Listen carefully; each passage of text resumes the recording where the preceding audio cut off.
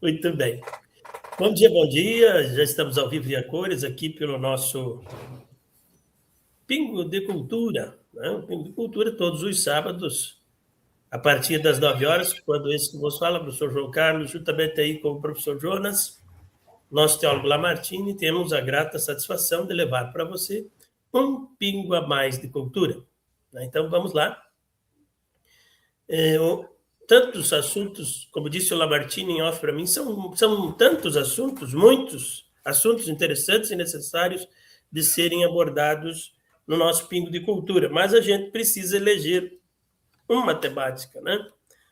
Então, tentamos eleger uma temática que abrangesse aí os diversos cenários que hoje desenham aí o mundo e o Brasil, né?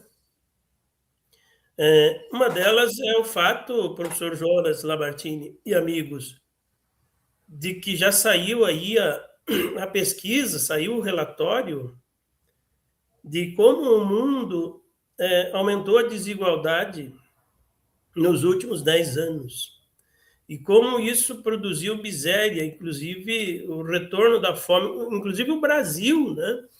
Ele tinha saído do mapa da fome, voltou ao mapa da fome nesses 10 anos, e agora todo um trabalho incansável, né, para recuperar os prejuízos, né?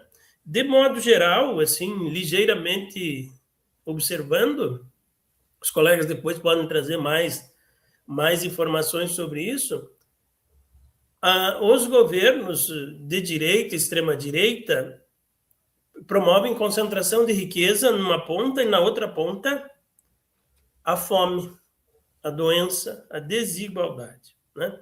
E aí vem a questão, que é o que vai balizar a nossa conversa de hoje, professor Jonas, que é por que o pobre, a classe trabalhadora, as classes populares, de modo geral, ainda optam pelo voto na direita, né?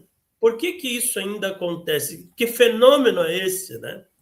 Parece contraditório. É desinformação? É a questão de caráter? E como a gente pode combater, né? Como que a gente pode se contrapor a essa realidade, né? Que está posta não só aqui no Brasil, mas em várias partes do mundo. A exemplo aqui da Argentina, né, Lamartine, que estava numa situação complicada e se complicou ainda mais quando decidiu eleger a extrema-direita lá, né? E que, embora alguns dados se revelem positivos, né, numa ponta, na outra ponta, o sofrimento do menos favorecido é inegável, vamos dizer assim, é inegável, né? É claro que a mídia, os meios de comunicação, eles fazem uma escolha no que apresentar e o que mostrar para o cidadão, né? E é bem comum a gente ouvir, como a gente ouviu também na ditadura militar, né, de que o Brasil tinha crescido economicamente, né? E, de fato, por um período ele cresceu economicamente, não dá para negar. Porém, é ocultado, né, é omitido o fato de que, na outra ponta, aumentou a desigualdade e a injustiça social. É o que a gente vê na Argentina hoje, né? Então, se a gente olhar só por um lado, a gente tem uma visão distorcida da realidade. Ou a gente tem uma visão de um ponto de vista apenas, né? E não consegue ter uma ideia, uma compreensão do todo. E eu acho que isso é, talvez, um dos fatores, né, que faz com que pessoas comuns, trabalhadores do chão da fábrica, pobres, defendam projetos da direita e da extrema-direita. E daí seria por conta da desinformação. Essa é uma hipótese, mas teríamos que, provavelmente, né, fazer mais estudos sobre isso. Sendo dessa forma, bom dia aos amigos, a todos aqueles que nos acompanham. Segundo o Lamartine, nós estamos recebendo visitas na nossa página de aproximadamente 600 pessoas semanalmente, o que para nós é algo grandioso, maravilhoso, e já de antemão agradecemos a todos aqueles que curtem a nossa página, aqueles que comentam. Grande abraço e palavra livre, então, para os companheiros. João, bom dia. Lamartine, é uma satisfação estar aqui com vocês. Agradecemos todas as pessoas que dão uma olhada e dão uma refletida com a gente aí. 600, me parece que não é assim um número para influencer, mas nós nos honramos muito, porque não é pouca coisa. 600, somos gratidão total, e desejamos muita luz para esses nossos internautas e que nos visitam durante a semana. Toda a nossa gratidão aí, e isso nos dá força, e temos certeza que não são 600, porque as pessoas, Lamartine, são multiplicadoras. Assim como os influencers que têm milhões, aí não é 1 milhão, são muitos milhões, porque aí que está o nó da gravata, porque são multiplicadores. Então, nossa gratidão aí, e vamos ao nosso tema de hoje. João, eu convido vocês para a gente fazer uma reflexão aqui dentro desse... Aí, Amélia chegando. Bom dia, Amélia, muito obrigado. Para a gente fazer uma reflexão em cima desse tema, e algumas incógnitas nos deixa reflexivo e pensativo, porque não tem lógica. Você, quando anda de carro num dia de chuva, você percebe que a água, em vez de descer, ela sobe no para-brisa. Então, tem coisas que não tem muita lógica. Vamos dentro desse raciocínio. Vocês sabem que o Cerrito faz divisa com curitibanos. E quando eu estava pensando, João, quando eu estou lá na ponte que faz divisa entre um município e outro, eu estou no norte ou estou no sul?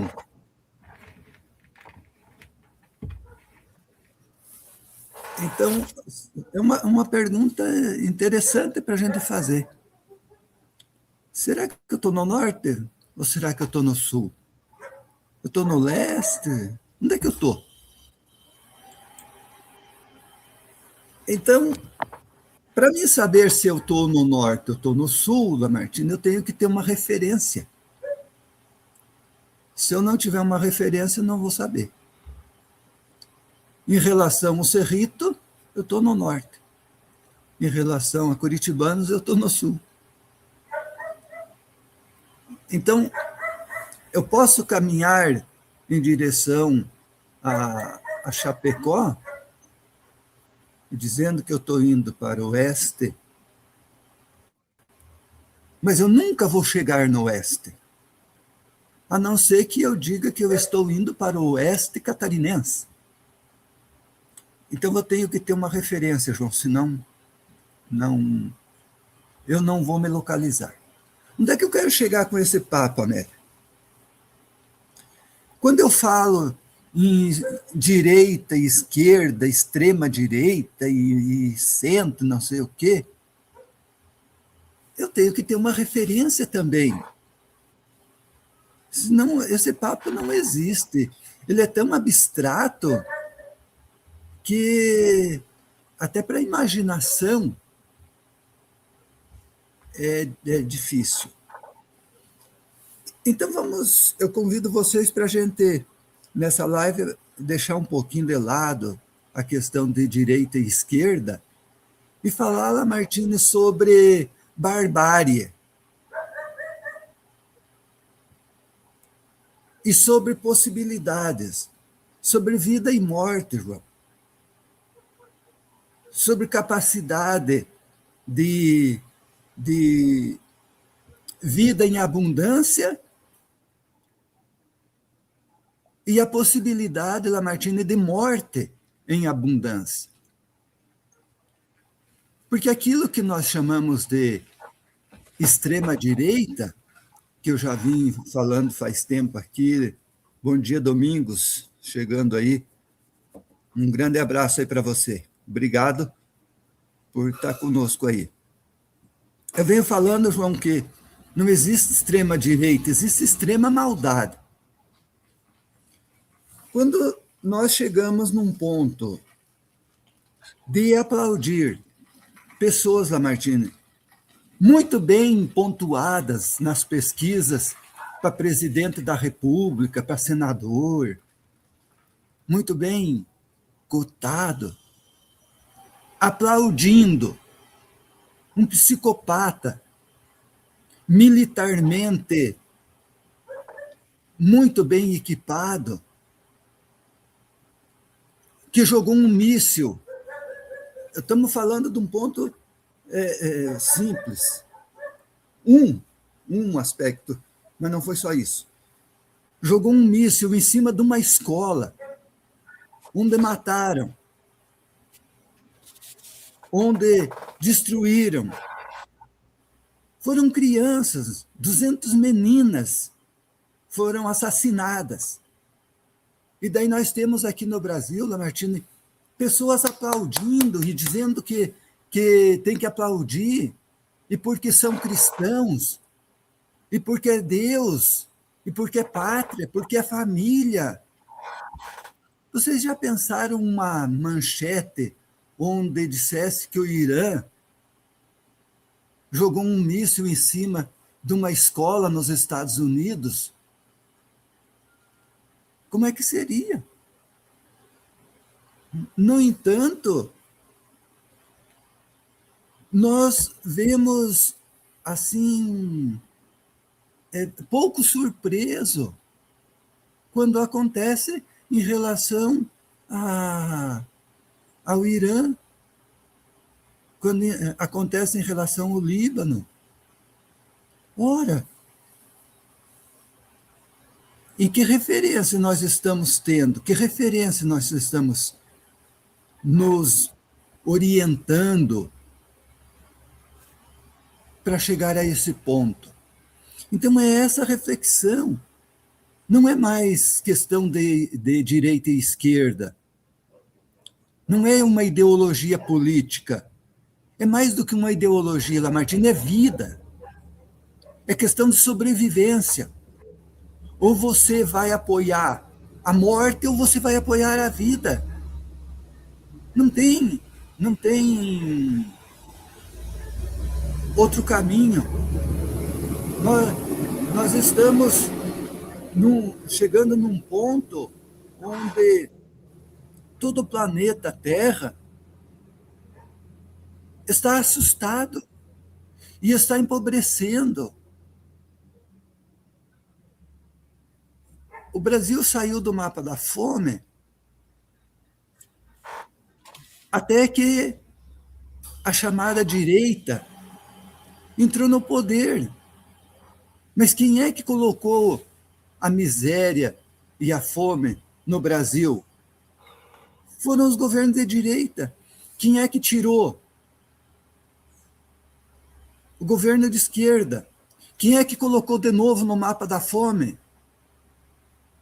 Um governo da extrema maldade. Quem é que tirou de novo? E agora está entrando, João, o mundo inteiro está entrando em estado, no mapa da fome e tal, da miséria. O mundo todo está também por causa da guerra. Mas quem é que provocou essa guerra? Um velho, psicopata, pedófilo, criminoso da extrema-direita. Então, nós temos esses projetos aí, Lamartine, que está aí. Não é questão de gostar ou não gostar de pessoas. É querer ou não querer um projeto. Devolva aí, João. Pois é, antes de passar ali para o Lamartine, eu estava lendo alguns artigos que tratavam desta questão, né? E alguns desses artigos falavam que tem aí, ainda que, vamos dizer assim, no inconsciente, uma questão de caráter. Que essa questão de caráter vai determinar as escolhas que fazemos. E que, portanto, essas escolhas também estão direto ou indiretamente ligada à questão de caráter. Não sei como é que o Lamartine vê essas questões. Bom dia, Lamartine, seja bem-vindo. Um abraço para a Andréia. Ô, João, bom dia, João. Bom dia, Andréia. Prazer em reencontrá-la por aqui, assim como a Amélia e o Domingos também, e as tantas pessoas que nos visualizaram durante a semana. Muito grato. Ô, João, não dá para a gente dizer que algo não existe. Não dá para comparar, dizer que o bem e o mal são iguais. Não dá para comparar que o caráter é igual no lado do bom e no lado do mal. A mesma coisa a ética. Não dá para estabelecer que Deus é igual ao diabo, que não existe mais o princípio da diferença. O princípio da diferença é que regula as relações humanas, que estabelece critérios, que estabelece escolhas. Nós somos seres de escolhas. E a formação que nós recebemos, e eu coloco formação entre aspas, porque na verdade é mais doutrinação, ela vem da igreja, da escola, da família e do nosso espaço social ao qual nós atuamos. Não é uma formação abrangente, ampla, que permite ao sujeito se reinterpretar, se estabelecer em outros patamares culturais, espirituais, morais e éticos, porque tudo está dentro da mesma caixa, mesmo padrão. Então, nesse sentido, nós vivemos hoje um paradoxo engraçado, porque o que o algoritmo fez? O algoritmo fez isso, juntou tudo isso e construiu um pacote de sentidos em frases de efeito, frases curtas, estabelecendo destinos entre o bem e o mal. Estabelecendo. Com uma frase de 4 palavras, ele estabelece quem é inimigo e quem não é inimigo. Então, eu, no meu mundo, e eu não gosto de me tratar dessa maneira, mas no meu mundo acadêmico, eu não consigo viver sem estabelecer um critério, sem estabelecer um lado. Então, isso me permite ir aos dois lados e saber aonde eu estou de fato. Isso me permite. Então, não existe nenhum encantamento, não é distinguir mais, nesse aspecto, sim. Porque o projeto ideológico de esquerda e direita não é um projeto do mal e do bem. É um projeto de escolha que um eleva a vida e outro rebaixa a vida. Um eleva a vida. Então, nós somos naturalmente ligados à direita e à esquerda. O que nos permite escolher é a nossa capacidade de distinguir aquele que oferece vida e aquele que retira a vida. Aquele que manipula e tira proveito e aquele que arca com as consequências do aproveitador. Isso é fundamental a gente distinguir. E quando nós falamos todas essas coisas assim, tem uma questão importantíssima ligada a isso. A forma de se comunicar, a forma de orientar, de formar. Vocês sabem, eu digo abertamente para todo mundo, que uma coisa que me dói na alma é dizer que toda a vida foi assim, nunca vai mudar. Entre aspas, né? Isso é a regra maior de estabelecer o critério da dominação, o critério do controle social, controle da moral, a controle da ética. Mesmo que na calada da noite, ou a partir da calada da noite, isso desapareça para o pregador, porque as coisas se transformam. O pastor de calcinha que diga. Então, gente, dentro desse mundo hoje, que não é um mundo tão simples quanto parece, nós temos uma questão da comunicação, da psicologia social, da economia política e das plataformas digitais. Eles não produzem só encantamento, beleza, coisas lúdicas, lindas. Eles produzem realidades que interessam a eles e preparadas para o público específico que eles querem atuar. Não existe neutralidade em nenhuma fala. Nem na minha, nem na sua, nem do Jonas, nem das pessoas que estão nos acompanhando agora. Não existe neutralidade. O morto não é neutro, porque o morto exige que você o leve a um túmulo e cuide dele depois da morte, sepulte, pague as contas, etc. E tal. Então, nem o cadáver é neutro. Isso é importante. E a tecnologia, ela descobriu que o ser humano é muito vulnerável. A tecnologia a serviço da direita, da extrema-direita, descobriu que o ser humano, devido a uma série de circunstâncias, essencialmente pela formação dele, ele é um ser humano muito, muito, muito volúvel mesmo, e muito frágil, suscetível a qualquer mensagem que ofereça a solução sem que ele tenha que se desgastar fisicamente, desgastar emocionalmente, não tenha que estudar, não tenha que abrir um livro, não tenha que refletir.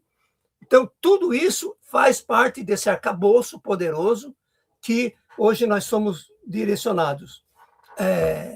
Eu não tenho como tornar igual o povo moído da faixa de Gaza, da Palestina e Israel, e o sionismo. Eu não tenho como colocar no mesmo balaio Israel, Estados Unidos e Irã. São lados distintos, esquerda, direita, norte, sul, leste, oeste, mas não se ligam, não coadunam, assim como óleo e água. Não coadunam, não se aproximam, não têm relações de afeto.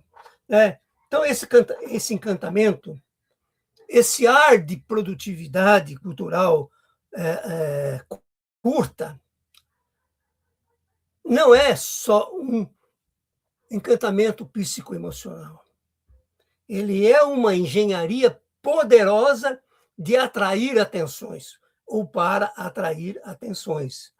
Algoritmos, plataformas, a Meta, as platforms, a Google, o TikTok, o X, o Corp, não foram criados para informar, educar, fortalecer, valorizar a democracia.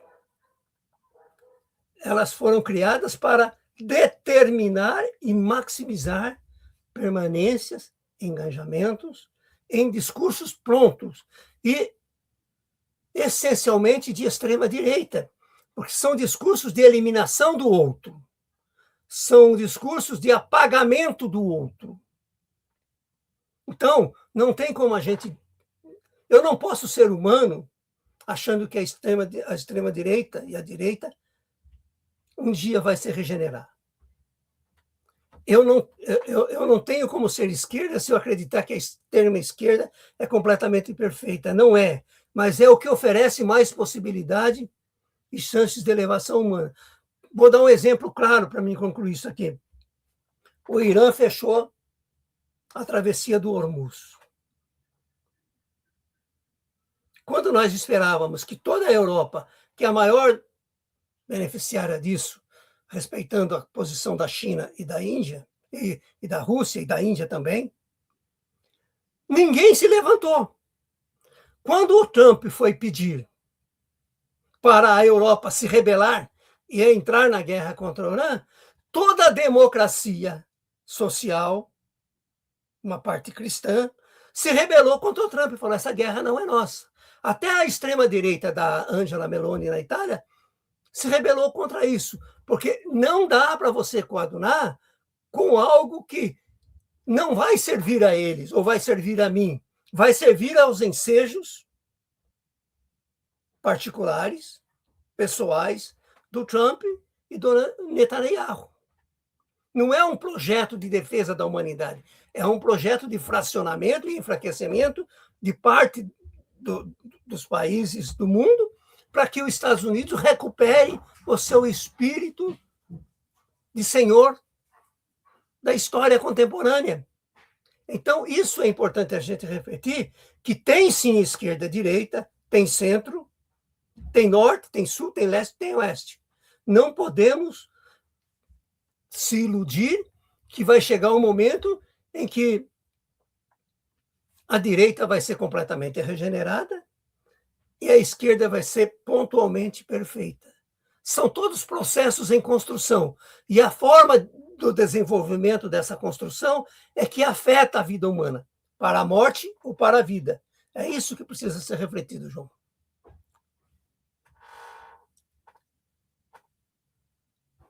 Muito bem, muito bem.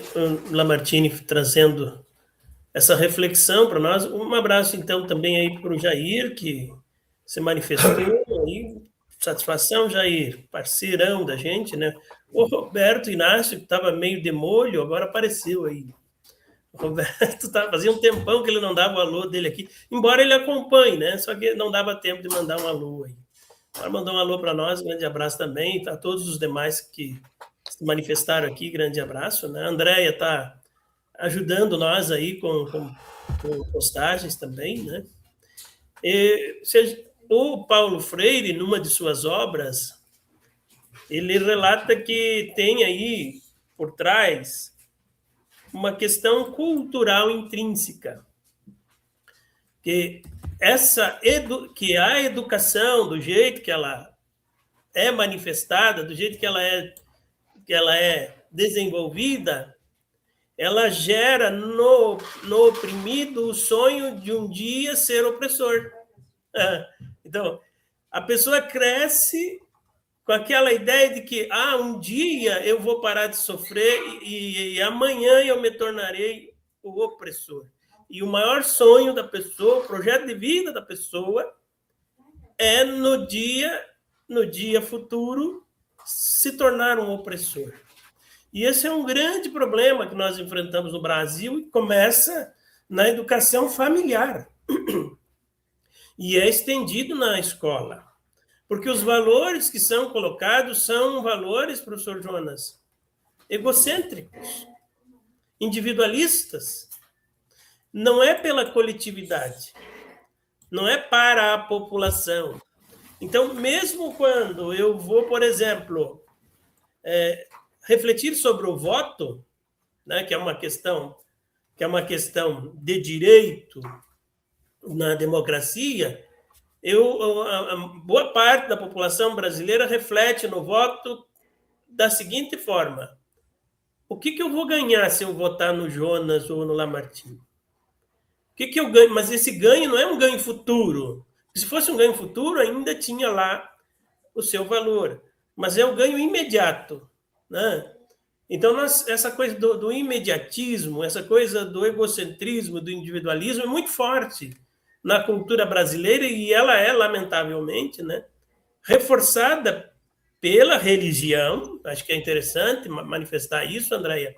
Ela é reforçada pela religião e ela é reforçada pelo sistema de ensino, Roberto Inácio, que reforça a ideia de que eu sozinho me basto. E os outros é com eles, né?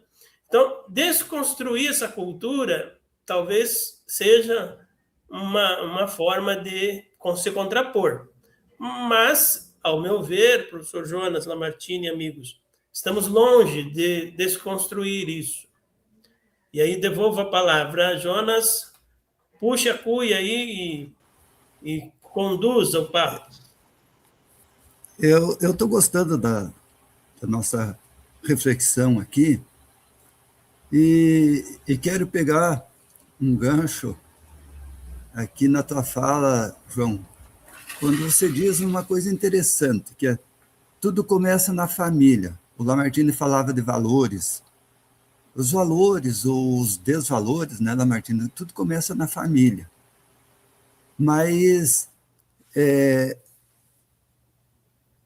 eu gostaria de pedir licença para vocês, porque eu preparei aqui um vídeo de menos que 30 segundos, para a gente ver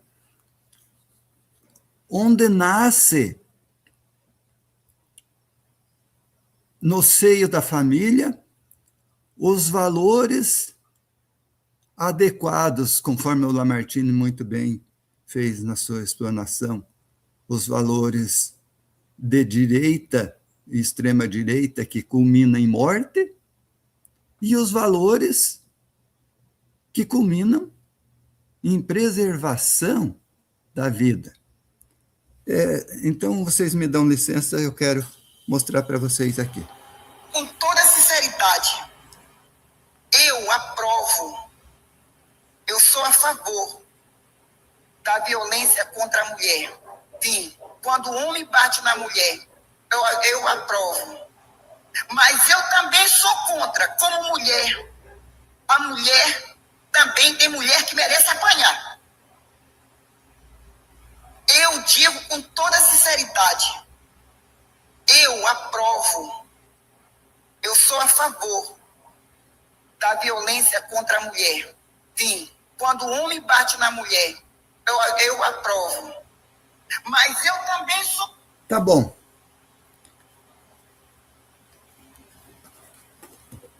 Essa é uma vereadora bolsonarista, diga-se, dando nome e CPF.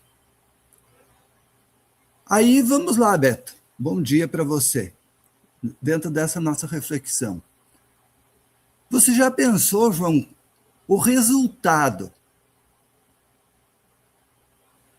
de uma educação de 5, 6, ou 3 ou 4 filhos dessa mulher aí?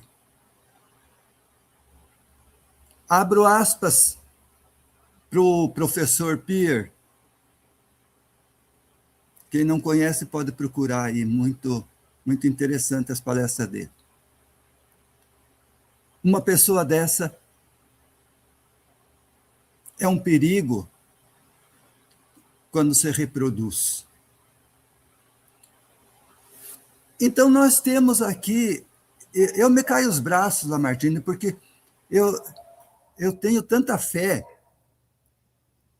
eu tinha, João, tanta esperança que a mulher entrasse na política e mudasse tudo. Que o negro entrasse na justiça, entrasse e mudasse tudo, Lamartine. Que cada um fosse protagonista da sua história, mas diferente dos demais, que servisse como modelo a ser seguido. Eu tive um problema, João, muito sério, quando eu me tornei professor, porque me impedia, Lamartine, de andar com certas pessoas que eu gostava, me impedia de ir em certos lugares que eu gostaria de ir, me tolhia, muitas vezes, pela responsabilidade e o exemplo que eu tinha que dar. O Lamartine, sabe, eu gosto muito de jogo. Como passatempo, Jair, se você me convidar para jogar 50 centavos, você perdeu o companheiro. Eu gosto de brincar, de passar o tempo. João. Põe eu numa mesa, um baralho, um dominó, vamos jogar 50 centavos? Não, eu não jogo. Mas vamos brincar? Estou ali. Mas eu não podia ir onde tinha jogo, porque aqueles que conviviam comigo, Lamartine, não iam entender o jogo como brincadeira e passatempo, como lazer, João. Mas como as bets que estão tirando o sossego de milhares e milhões de pessoas, de brasileiros, e que estão se endividando e perdendo tudo de uma noite para o dia, e gastando o seu salário e etc. Quando eu escuto alguém falando em Deus com arma na mão, ó, tia Carminha aí, bom dia, tia Carminha. Muito obrigado por estar participando com a gente. Para apresentar aqui, João, a Carminha era administradora da escola aqui no Mauro, onde eu era efetivo. Bom dia para vocês aí, obrigado. Quando eu vejo, então, João, uma pessoa falando em Deus, mas, Lamartine, com uma arma na mão, dizendo que tem que metralhar, petralhada, ou metralhar seja lá quem for, e que bandido bom é bandido morto, mas a palavra bandido é só quem eles querem que seja. Os que desviaram milhões dos aposentados, os que desviaram milhões no caso, Banco Master e tal, esses não são bandidos, esses não precisa matar. Tem que matar e colocar em relatórios da CPI contra o crime organizado os ministros da Justiça, os ministros do Supremo. Então, quando eu vejo pessoas falando em Deus, mas com esse pensamento, quando eu vejo as pessoas falando pátria, mas pedindo para que o psicopata do Trampalhão invada o Brasil, quando eu vejo as pessoas falando em família, Deus, pátria e família, mas dizendo que é a favor da tortura, da violência contra a mulher, uma mulher falando isso, Lamartine, não cai os braços.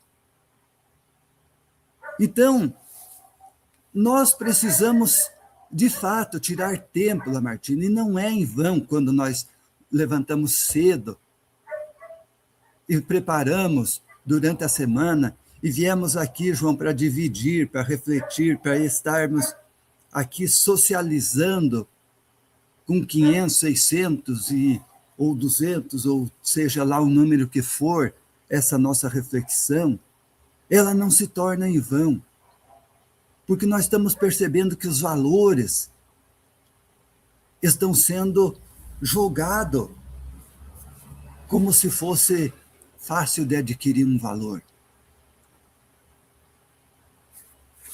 6h da manhã eu estava assistindo uma entrevista de um deputado bolsonarista com a Basília Rodrigues, e ela perguntou assim: deputado, por que o povo brasileiro deve votar em Flávio Bolsonaro? E ele disse: porque o pai dele não pôde? Porque o pai dele tá preso? É por isso? E ela insistiu, mas não foi essa a pergunta. Eu quero saber o porquê. Porque ele vai trabalhar e conservar os valores deixados pelo pai.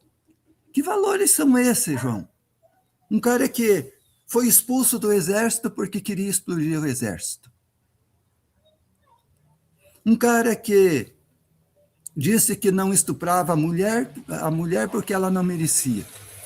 Um cara que disse que pintou um clima com crianças venezuelanas de 14 anos. Um cara que por não poder ganhar um real em propina, não comprou vacina e deixou morrer 700 mil pessoas. Um cara que ia para o exterior e voltava com a mala, levava cocaína no seu avião, 39 quilos, para ser mais preciso, se alguém aqui achar que eu só estou jogando os números, 39 quilos de cocaína, que sabe-se. E voltava com joias. São esses os valores? Um cara que deu emprego para mãe, família e mulher de miliciano, um cara que, no Rio de Janeiro, fazia rachadinhas, pegava 90% do salário dos seus colaboradores para conseguir 51 imóveis. São esses os valores? Então, vamos dar nome aos bois. Não é questão de nome, é questão de princípio. É defesa da vida, como dizia o Lamartine, aquilo que culmina em vida e aquilo que culmina em morte. Esses são os projetos que nós temos, que também chamamos de extrema-direita, de direita e de esquerda. Devolva aí, João. Então, já indo para as considerações aqui, né? Pelo que eu observei, tanto da fala do Lamartine quanto da fala aí do professor Jonas, né? A questão educacional, tanto da questão escolar quanto da questão espiritual, então, que passa pela formação do sujeito em casa e na escola e na sociedade. Então, tem essa questão da educação do sujeito, e que forma uma coisa que precisaria de mais tempo para estudar, e precisaria de profissionais da área da psicologia, que é o caráter. O caráter. Porque as escolhas, elas são livres, né, Lamartine? Mas elas devem ser conscientes. Então, para que eu possa fazer uma escolha, eu tenho que ter consciência. E ter consciência de classe, como diria o meu amigo Enori, como diria o meu amigo Sidney Furlan, saudoso Enori e o Sidney Furlan, consciência de classe. E é preciso ter consciência humanitária, consciência social, né, e política. A consciência social e política livraria nós de um futuro nefasto, como alguns lugares no mundo estão vivendo, a exemplo da Argentina, a exemplo do que foi o Brasil de 2019, né? Livraria nós desse tipo de coisa. Mas aí, o que revela, né? Fica revelado que existe uma ausência desta consciência, né? E aí, contrapor isso, o nosso saudoso Paulo Freire certamente diria: é através da educação. É através da educação. Mas por que a educação não faz? E aí eu vejo aqui o Jair dizendo: olha, eu tenho muita preocupação com o encaminhamento que está sendo feito pelo governo de Santa Catarina, que vai reforçando aquilo que não humaniza. Não humaniza. Recentemente pediu fim de um direito já posto, que é as cotas. Agora está entrando na justiça para que professores não possam mais trabalhar as questões de gênero dentro da sala de aula. E que possam ser amordaçados, né, e acho que essa é a expressão, dentro da escola, porque existe toda uma legislação que permite que o professor trate de qualquer assunto, desde que esteja fundamentado na literatura, desde que esteja fundamentado na ética, pode tratar de qualquer assunto e ele tem liberdade para isso. Mas estão querendo tirar isso de nós, né? Lamartine, contigo. Ô, João, as coisas são interessantes, né? Esses dias uma pessoa ligou para mim e perguntou: Lamartine, por que você escreve essas coisas todo dia? E 15, 20 pessoas, no máximo 30 pessoas, dão uma olhada. Eu falei: porque eu tenho o hábito de escrever. Eu tenho o dom de escrever. Eu tenho prazer em escrever. Mas eu tenho prazer em estudar. Eu tenho prazer em meditar. Tenho prazer em interpretar. Reinterpretar. Eu não sou um... Eu não fui formado com um livro, eu fiz esse livro a minha caminhada inteira, sem revisão. Eu sou um revisionista histórico, nos meus princípios marxistas, e também como teólogo e cristão. A vida da gente é um processo revisionista. É um refazimento, porque como uma pintura de casa, exposta ao sol, ela vai descascando e precisa de outra tinta. Assim como a cobra precisa tirar a casca dela também para renascer, a pele dela para renascer. Tudo é um processo de transição. E essa transição, para nós humanos, ela se chama reinterpretação. Quando você estabelece uma metodologia, quando você estabelece um critério e você o padroniza infinitamente, é sinal de que você não quer evoluir. Você parou no tempo e está contemplado com a forma de viver. E isso o sistema explora muito bem, porque o ser humano, ele aprendeu a lidar com as suas frustrações, as suas seguranças, que são inseguranças simbólicas, do medo de não ter reação, porque sempre foi assim, nunca vai mudar. Então, a adesão a atos de violência, de ódio, se explica, ajustado à tecnologia, como um preenchimento de vazios que a bolha que ele vive, os conceitos morais que ele vive, os padrões sociais que ele vive, não permite que ele saia daí, porque ele perde uma coisa fundamental, que é fundamental para bilhões de pessoas, mas para mim não é fundamental, que é a questão da segurança. Se eu for defender a segurança para existir, eu não existo, eu vivo acorrentado. Eu estou acorrentado aqui, mas eu estou protegido. Se a casa cair, eu estou acorrentado aqui debaixo do batente da porta, a casa cai de lado, mas não cai em cima do batente.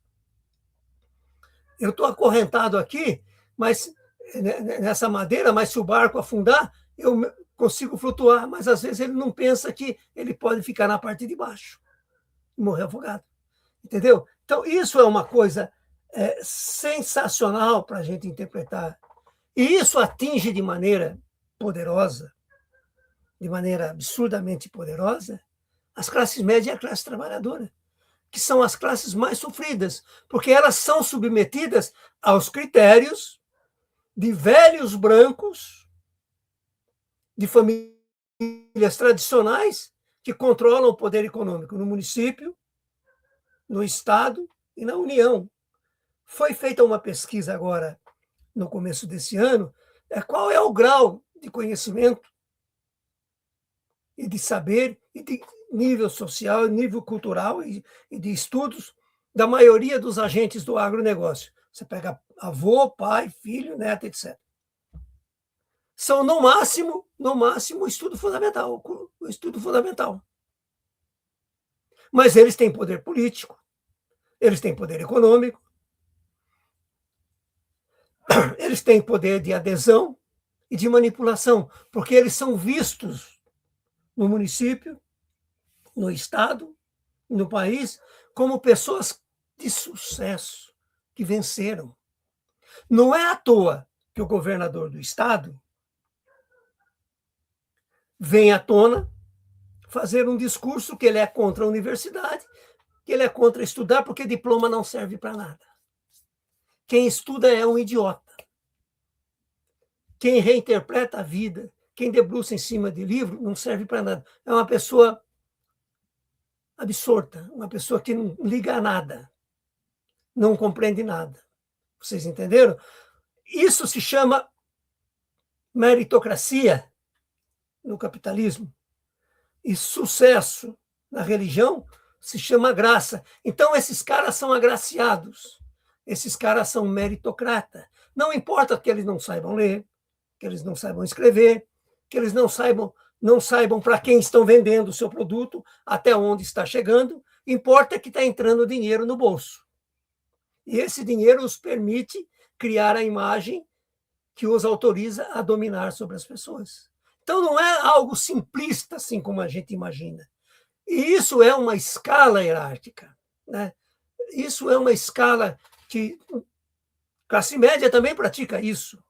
Mesmo a ideia de que eu sofri tudo isso, agora chegou a hora de eu dar o troco para mostrar que eu venci. Né? Agora é a hora de eu revidar. Mas só que eu não vou revidar com aqueles ou parentes daqueles que me fizeram mal. Eu vou revidar com aqueles que estão mais próximos de mim. Porque são mais fracos e estão ajustados ao padrão que eu sofri. Porque o cara que judiou de mim era próximo de mim. Eu trabalhava na fazenda dele, eu trabalhava na roça dele. Eu era empregado dele na olaria, na marcenaria, não importa onde seja. Vocês entendem? Então, como é um sistema psicoemocional de construção de domínio, não é uma coisa aleatória. Não é uma coisa simplista como a gente parece, né? E esse troço traz para nós o quê? Perda de estabilidade social, medo da mobilidade descendente, ou seja, nós temos medo de descer. Nós somos projetados mentalmente para subir. Você não vai ao céu descendo. Né? Jesus foi ao infinito e ressuscitou descendo. Nós temos medo de descer. Nós temos medo. Nós que somos seguidores dele temos medo de descer. Nós temos medo do descente. Nós somos adeptos ao ascendente. Tanto é que na fé cristã, a gente vai com Jesus Cristo até a página 2, a gente pula todo o evangelho e vai na ressurreição. Porque a gente não admite o descente. A gente celebra, tem Sexta-feira Santa, mas o que a gente celebra mesmo é o sucesso da ressurreição, o vitorioso, o fracassado, o arrebentado, o trucidado, isso a gente pula. Isso é vergonhoso a gente tratar dessa questão. Então, nós perdemos a percepção de interpretar justiça e injustiça. E esse caldo, né, esse terremoto emocional, cria um terreno muito poderoso, muito simplista, ao qual as massas aderem com muita facilidade. Né? O Jonas e eu estivemos com o Pedro, e o Pedro falou um negócio que é claro. Com tudo que o país está desenvolvendo, que está criando condições, nós temos um país dividido, 50-50. Algo está errado. Algo está errado. Por que o que eu produzo de bom não gera efeito existencial? E o que aparentemente é mal tem uma dimensão extraordinária. Vocês entendem? Porque a sociedade, dessa forma, ela interpreta o mal. Por exemplo, um grande empresário do agronegócio vem à falência. O cara não diz que ele não soube gerenciar o serviço dele. Diz que o governo não ajudou. Eu trabalho aqui no meu comércio, aqui na minha casa, aqui e tal. Não trabalho, não tem comércio porra nenhuma. O que acontece? Eu não consigo vender o meu produto, eu não sou um cara simpático, não sou um cara agradável, nada dá certo. Quem eu sou preparado para xingar, para atacar? O governo. Eu sou capitalista. Eu sou neoliberal. Mas quando eu fracasso, quem é o responsável pelo meu fracasso? Não sou eu, é o Estado. Quando eu venço, o Estado não presta e eu sou vencedor. Essa é a lógica do discurso posto. E isso divide. Isso divide. Porque um fracassado, falando para 10 que estão razoavelmente bem, ele cria 11 fracassados que vão lutar contra o que é certo. E isso expande. Isso é um barril de pólvora, é um rastilho de pólvora. A ideia do sofrimento cria um alento reverso. Cria um alento reverso. Então vamos quebrar isso, então vamos derrubar isso. É o discurso que está sendo feito. É a lógica que está sendo colocada. E isso atinge minorias sociais, adversários políticos, instituições democráticas, professores, intelectuais, universidades. E orienta a imprensa a construir a narrativa que interessa para quebrar aquilo que incomoda o sucesso econômico de pequenos grupos, de médios grupos, como são as grandes corporações. Por exemplo, a Globo criou tantos fantasmas em cima do Workário, mas ela não se apresentou como fantasma. A Globo, todo mundo já sabe que ela recebeu mais de 200 milhões do Workário, porque patrocinou um evento nos Estados Unidos, patrocinou eventos da Globo em Londres, pagou viagens e hotéis de luxo para os seus jornalistas, mas a Globo não aparece nos crimes do Workário. Você vê como existe uma seleção de critérios para você sacrificar. Eu tenho que sacrificar o João e o Jonas porque eu quero me salvar. E essa mesma lógica vale para o Jonas e para o João. Temos que sacrificar o Lamartine porque nós precisamos nos salvar. Essa lógica é poderosa, e é violenta, e ela é emocional, e ela redireciona, e ela refaz sentimentos, desfaz sentimentos. Então, João, para mim concluir, eu quero dizer para você isso aí. A construção da personalidade autoritária se faz dessa maneira.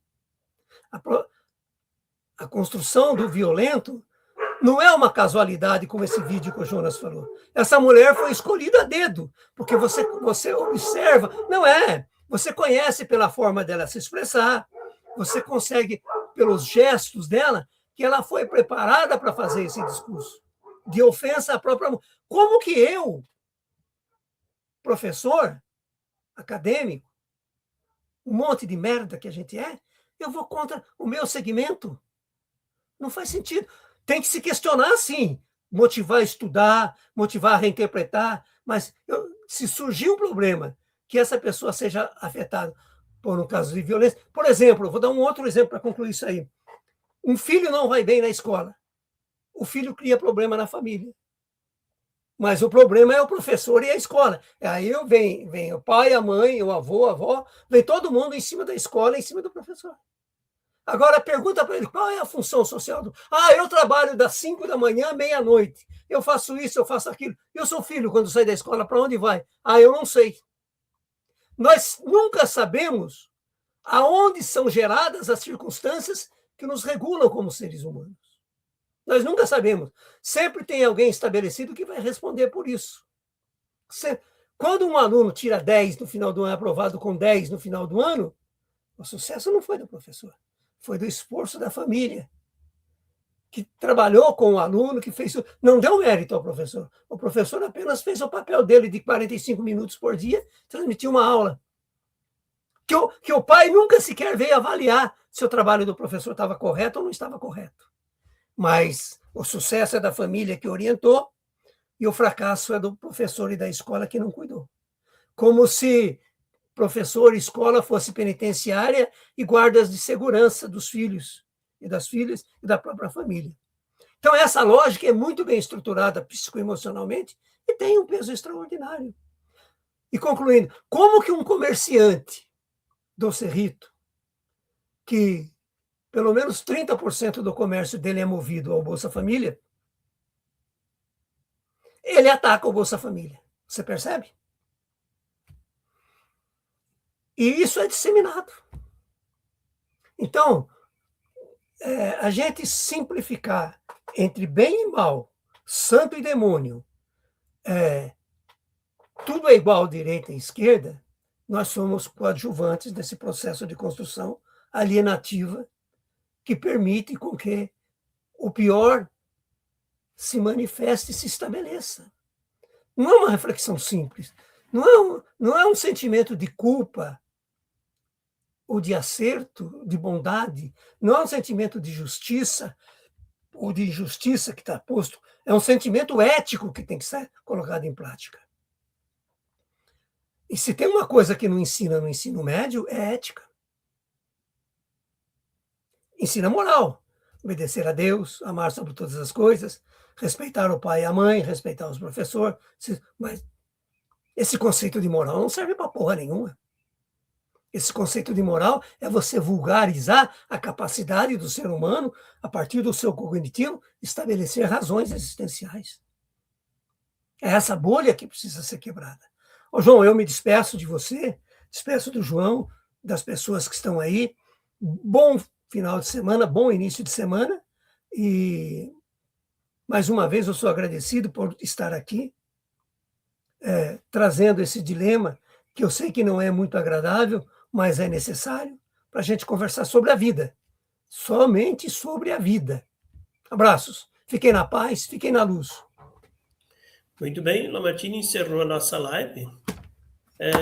Jonas, abriu um minutinho só para você se despedir do público aí. João, é interessante ressaltar que essa mulher que eu mostrei aqui no vídeo, infelizmente, não é uma pessoa isolada. Essa aqui é uma das milhares de mães que ensinam os filhos dessa forma mesmo. E o papel da escola, até pouco tempo, era assumir o protagonismo que a família não conseguia dar conta. Inclusive, muitas famílias diziam: você precisa ir para a escola para você aprender alguma coisa. Falavam bem assim, diziam para mim. Então, a escola tinha esse papel e desenvolvia. Agora, nós temos, aqui em Santa Catarina, principalmente, um governo da extrema maldade que até esse cabresto quer colocar nos professores com uma ameaça de exoneração, ameaças de desconto em salário e ameaça e tal, para não ser trabalhado essas questões que estão culminando num projeto de desigualdade, um projeto de morte, um projeto de escravidão. Então, são essas questões que nós temos que lidar aí durante todo o nosso processo de vivência em sociedade. Agradeço de coração aí a todos. Tia Carminha, fiquei contente de estar participando com a gente aí, a Nélia, o Jair, todos aí que nos acompanham. É com muito carinho que a gente abraça vocês energeticamente, muita luz, e vamos trabalhando juntos. Unidos, nós conseguimos deixar um mundo melhor para os nossos filhos e para aqueles que nos cercam e nos rodeiam. Um grande abraço, Beto, Domingos, Lamartine, João, tua família aí, João. Um grande abraço e fiquem na paz. Bom final de semana a todos, gratidão por mais uma live, acredito que bem sucedida. Grande abraço, que isso sirva, né, de suporte para a construção de um novo pensar, né? Um abraço, tchau, tchau.